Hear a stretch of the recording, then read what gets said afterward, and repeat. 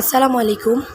আমি শান্তা মাহমুদ বলছি RS Shanta's blog থেকে। এটি আমার প্রথম ব্লগ। আমি আজকে একটা ফিরনি মিক্সড করে দেখাবো। আমি এখানে 1 কাপ চাল ভালো করে ধুয়ে রোদে শুকিয়ে নিয়েছি। এটা আমি ব্লেন্ডারে গুঁড়ো করে নিব। খুব বেশি গুঁড়ো হবে না, একটু সুজির মতন হবে। তো আমার এটা হয়ে গেছে।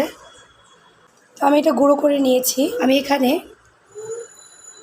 6-7টা এলাচ একটু ক্রাশ করে নেব। আমি এখানে 1 কাপ চিনি এর সঙ্গে গুঁড়ো করে নেব।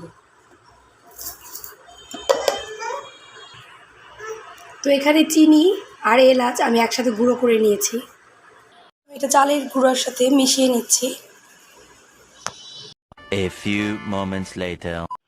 এখানে আমি সেমাই শুকনো খোলাতে ভেজে নিয়েছি। এখন এটাকে একটু গুঁড়ো করে নেব। তো আমি এখানে সেমাইটাও গুঁড়ো করে নিয়েছি। এখন এখানে গুঁড়ো দুধ মেশাবো। এখন এখানে 1 কাপ গুঁড়ো দুধ মিশিয়ে দিব।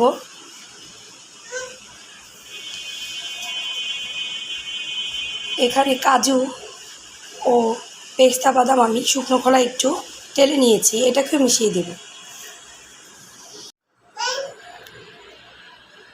তো আমি এই সবগুলো উপকরণ একসাথে মিশিয়ে নিব। আমি এখানে ক্ষীর মিক্স তৈরি করছি। তো আমি সবগুলো উপকরণ মিশিয়ে একটা কাচের জারে ঢেলে নিয়েছি। তো আমার তৈরি হয়ে গেল ক্ষীর মিক্সড বা ফিরনি mixed. A few minutes later. আমি হাঁড়িতে 1 লিটার দুধ নিয়ে নিয়েছি। এখন এই ফিরনি মিক্সটা 3 টেবিল চামচ এখানে দিয়ে দিব। A few moments later. তো দেখুন এটা সেদ্ধ হয়ে গেছে।